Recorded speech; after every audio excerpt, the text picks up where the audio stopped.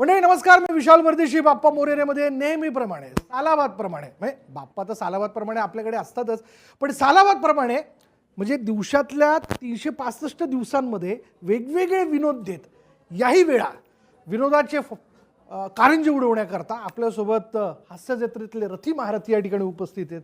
श्याम राजपूत आपल्याबरोबर आहे, कोळीवाड्याची वनिता खरात आपल्याबरोबर आहे, आपला लाडका दादूस अरुण कदम आपल्याबरोबर आहे, आणि ओमकार म्हणजे अर्थातच लालबागचा ओमकार देखील आपल्यासोबत उपस्थित आहे. आपल्या सगळ्यांचं खूप खूप स्वागत. मी माझ्याच एरियातनं सुरुवात करतो. मी नाशिकचा आहे ना, त्यामुळे उत्तर महाराष्ट्रावर माझं विशेष प्रेम आहे, सगळ्यांवरती आहे खरं तर. काय ते कशी असते सुरुवात?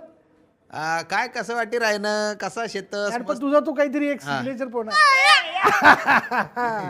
काय मग कसं आहे यंदा काही जाणं झालं की नाही? गणपतीच्या काय आठवणीत खास करून? गणपतीच्या माझ्या आठवणी जर म्हटलं ना तर गणपतीत सिनेमे बघणं गणपतीत चालू झालं. ॲक्च्युली त्यावेळेस आहे ना गणपतीत VCRवर किंवा प्रोजेक्टर लावून सिनेमे दाखवायचे, आणि तेव्हा खिलाडी, शोले, वतन के रखवाले हे माझ्या वेळचे सिनेमे, म्हणजे वतन के रखवाले वगैरे रिलीज झालेले तेव्हा रात्री सिनेमे. आणि आम्ही असं ठरवायचो की 7 ते 10 हा बघायचा, 10 ते 1 हा बघायचा. मग अजून ते एकदा माझे वडील मला रात्रभर शोधत होते आणि मी रात्री कधीतरी 4-4:30ला सापडलो होतो. तर 10 दिवसात किती सिनेमे आपण बघू शकतो. आणि ती एक अशी चंगळ असायची की कधी गणपती येत आहेत आणि कधी आपल्याला पिक्चर बघायला मिळतात. तू बॅक टू बॅक सिनेमा? हो, तेव्हा म्हणजे गणपतीत असं ठरवून असायचं की हा इकडे हा खिलाडी, हा इकडे. मग ते लिहून ठेवायचे, असे बोर्ड असायचे, काळे बोर्ड, त्याच्यावर लिहून ठेवायचे आता इकडे वतन के रखवाले, इकडे गिरफ्तार आहे. मला अजूनही आठवतं शोले मोठ्या प्रोजेक्टरवर होता एका ठिकाणी.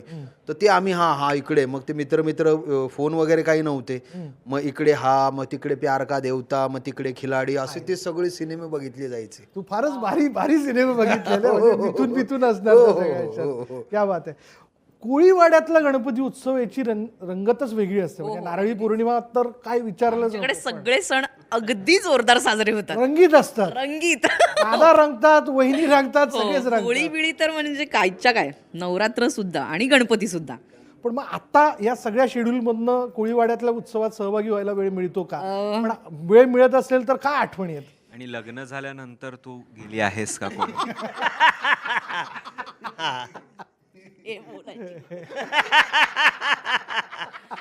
लहानपणीच्या आठवणी सांगेन की सुरुवातीच्या म्हणजे पहिल्या दिवशी सगळ्या नातेवाईकांकडे जाऊन यायचं, दुसऱ्या दिवशी, आणि नंतर जेव्हा शनिवार रविवार वडिलांना सुट्टी असायची तर रात्री दिवसभर सगळीकडे जाऊन आल्यानंतर रात्री आम्ही बाहेर पडायचो लालबागच्या राजासाठी किंवा आणि सगळ्याच इथे फिरण्यासाठी. सो आम्ही वरळीतनं पायी जायचो आणि मग लोअर परेल आणि मग गिरणगाव आणि मग लालबाग असं सगळं पायी सगळे दर्शन. आणि तेव्हा इतके गर्दीचे इतकी गर्दी नसायची की आपण चालता चालता हरवू की काय कुठे. सो ते चालत चालत फिरण्याची मजाच वेगळी होती. ती आत्ता थोडीशी मिस करते मी, पण ते खूप मजा यायची तेव्हा. पण म्हणजे ते सगळं आठवत असेल, तो नॉस्टॅल्जिया कायम आहे. येस. आजोबाबा मी वाटतच नाही आजोबाबा, हा सगळ्यात मोठा प्रॉब्लेम आहे. पण आता हल्ली नातवाबरोबरचे व्हिडिओ बघतोय, नातू देखील तुमच्याबरोबर रमलेला आहे. पण मग जाऊ दे, म्हणजे तशा कार्यक्रमाच्या निमित्ताने तुझ्या असंख्य आठवणी असतील, पण मग नातवाबरोबर झालंय की नाही जरा इकडे तिकडे फिरणं गणपतीच्या निमित्ताने? हो, म्हणजे काल आम्ही 2-3 ठिकाणी प्रयत्न केला, व्यवस्थित दर्शन झाले. पण आम्ही लहान असताना म्हणजे रात्रभर तो देखावा बनवण्यापासून मग ते प्लास्टर ऑफ पॅरिस आणायचं, म्हणजे आपण ज्याला घास म्हणतो, गवत, ते सुकलेलं गवत कुठून तरी आणायचं, काहीतरी हे करायचं, मदत करायचं. म्हणजे तेव्हा आम्ही रात्रभर करायचो. इतकी ती मजा असायची. आणि काय करतो हे आम्हाला माहीत नाही, कारण कोणतरी त्याचा एक मुख्य असतो, तो म्हणेल हे आण ते आण ते आण. आपलं काम तेवढंच असायचं, म्हणजे थोडक्यात हेल्परचं काम, नेपथ्यातले सहाय्यक.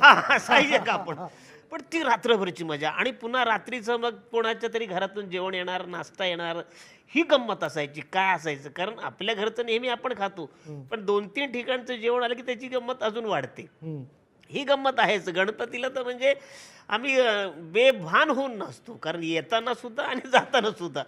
कारण येताना तर म्हणजे फारच गंमत असते, आणि मग जाताना गणपती गेले गावाला, चैन पडे ना आम्हाला, अशी ती गंमत सगळी जोरदार आम्ही केलेली आहे. आणि त्यावेळेस तर गणपती काय म्हणतात, प्रसादाची जी गंमत असते म्हणजे आम्ही आता जास्त प्रसाद कोणाकडे चांगल्या पद्धतीचा, मोदक जिकडे जिकडे पुरणपोळी, जिकडे वडे तिकडे हजेरी, जयदेव जयदेव.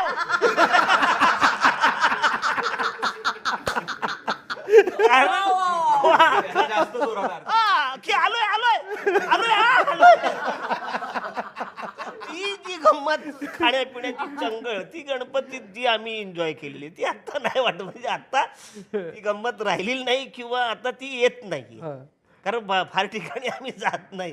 कारण गेलो की लोकांचे बाकीच्या गोष्टी राहतात आणि फोटो सुरू होतो. काल सुद्धा म्हणजे मी छोट्याला घेऊन आता फोनवर पण आहे आणि जायचं कुठे कोण येतंय ह्याची सगळ्यांची गडबड असते. हे बोलत असताना सर सर एक फोटो एक sir photo photo sir photo photo photo. अरे पण थांब ना. माझी पोरगी हरवली तिला जरा येऊ दे मग ठरवू. त्यांची एक्साइटमेंट खरंच खूप असते. कारण आता आम्ही ज्या पद्धतीने काम करतोय किंवा सोनी महाराष्ट्राचे हास्य जत्रेचे एपिसोड लोक बघतात आणि खूप एन्जॉय करतात. त्यामुळे त्यांची एक्साइटमेंट आहेच आणि ती ठेवायलाच पाहिजे. लालबागचे कार्यकर्ते, कलावंत, इन्स्पेक्टर झेंडेकरता खूप खूप अभिनंदन. यावर्षीचा तुमचा गणपती बाप्पा मोरया खास आहे. हो हो हो प्रोमो मध्ये पाहिलं.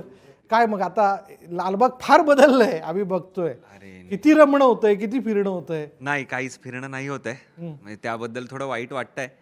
पण आधी खूप फिरलोय त्यामुळे ठीक आहे. आत्ता जी सगळी यंग मुलं आहेत त्यांना फिरू द्या असं वाटतं. बालपण अख्खं परळ लालबागला गेल्यामुळे प्रत्येक गल्लीमध्ये गणपती असायचे. सो प्रत्येक गल्लीतले वेगवेगळे देखावे असायचे आणि तेव्हा खरी म्हणजे तिकडच्या चाळीतली म्हणा किंवा त्या बिल्डिंगमधली किंवा त्या एरियातली काही मुलं जी असायची तेच काम करायची त्या देखाव्यांमध्ये. असं नसायचं की कुठलं म्हणजे आता काय मॅनिक्विन्स आहेत किंवा बाहुल्या केल्या आहेत वगैरे असं नाही. खरी मुलं काम करायची. गुजरातचा भूकंप जो झाला होता त्यावर त्यांनी देखावा केला होता आणि सगळे उभे राहायचे आणि तो तिकडे चालू आहे देखावा काहीतरी सुरू आहे की काय भूकंप कशामुळे होतो वगैरे वगैरे. आणि आपण ज्याच्यावर उभं आहोत ते धड असं हलायचं. म्हटलं हे काय आहे. आणि ते बघण्यासाठी म्हणून मी 3दा त्या लाईनमध्ये की अरे अरे कसं करतायत हे लोक, हे कसं करतायत. काहीतरी एक क्रिएटिव्ह गोष्ट तयार करतात खास फक्त आणि फक्त गणपतीसाठी. मग तो त्या निमित्ताने कुळीवड्यात काय असतं म्हणजे खास काय रंगतो नैवेद्य जो तुझ्या आठवणीतला आहे, तुझ्या आवडीचा आहे. श्रावणात एकतर वेगवेगळ्या भाज्या येतात, रानभाज्या असतात, तर त्या भाज्या असतात. करटुले. मला आठवते ती शेगलाची भाजी. म्हणजे ऋषीची भाजी ज्याला आपण म्हणतो. सगळ्या भाजींचा कोलॅब. आता जेनझी लोकांना जर सांगायचं झालं सगळ्या भाज्यांचा कोलॅब इज ऋषीची भाजी. आणि आमच्याकडे मोदक तर असतात, मोदकांबरोबर नेवऱ्या असतात, तर त्या मला आठवतात नेवऱ्या. आता त्या एवढं मोदकच जास्त आहेत. नेवऱ्या खूप आपल्या कोकणात खूप असतात, तर त्या नेवऱ्या अजून तोंडाला पाणी सुटलं. नाही जेवणाची वेळ भाऊ. पण आपल्याकडे बघ ना आरती आटोपशीर असते. सुख करता दुःख करता दुर्गे दुर्गट भारी घालील लोटांगण. आणि एकदा नैवेद्य दाखवलं का आपण मोदक खायला प्रसाद घ्यायला मोकळे. पण तुझं कधी असं झालंय की या सगळ्यांच्या निमित्ताने तू गेलेला आहे आणि कोकणातल्या आरत्या तशा लांब लचक चालतात एका पाठोपाठ एक. तुझं असं कधी झालंय आता आटपल तेव्हा आटपल आता आटपल तेव्हा. हो झालंय. आणि तेच नाही मी आता एका कार्यक्रमाला गेलो होतो तर ते सुरुवातीला स्वागत करताना ते टीका लावतात ना, तर 4-5 बायका होत्या. तर आता माझं कपाळ एवढं मोठं आहे ते कुठे संपत नाही. तर ते टीका इथपर्यंत आता झालं